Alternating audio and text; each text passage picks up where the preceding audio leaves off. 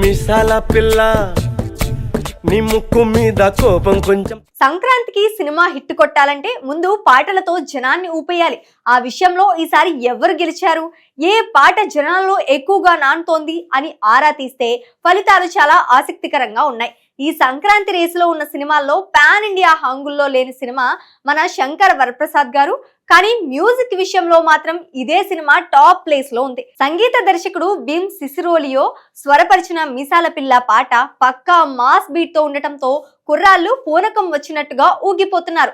Reels, shorts ఎక్కడ చూసినా ఈ పాట మోతే వినిపిస్తోంది.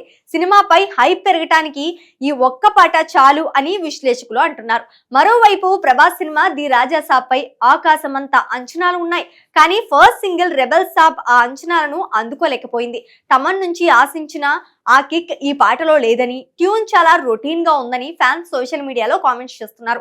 ఇది సినిమాకు కొంచెం మైనస్ అయ్యే ప్రమాదం ఉంది. త్వరలో రాబోయే పాటలతో తమన్ మళ్లీ ఫామ్ లోకి రావాలని ఫ్యాన్స్ కోరుకుంటున్నారు. నవీన్ పోలిశెట్టి సినిమా అనగనగా ఒక రాజు నుంచి వచ్చిన భీమవరం బల్మా పాట వినటానికి బాగున్నా ఇన్స్టాంట్ చార్ట్ బస్టర్ కాలేకపోయింది.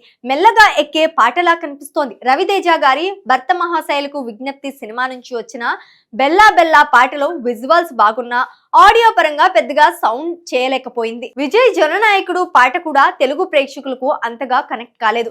మొత్తానికి ఈ ఫస్ట్ సింగిల్స్ వార్లో భీమ్ సిసిరోలియో అందించిన mass masala beat Chiranjeevi race లో అందరికంటే ముందు నిలబెట్టింది. ప్రభాస్, రవితేజ, విజయ్ లాంటి స్టార్స్ వెనకబడ్డారు. మరి సెకండ్ సింగిల్స్ తో ఈ లెక్కలు మారుతాయేమో చూడాలి. మిసాల పిల్ల నీ ముక్కు మీద కోపం కొంచెం.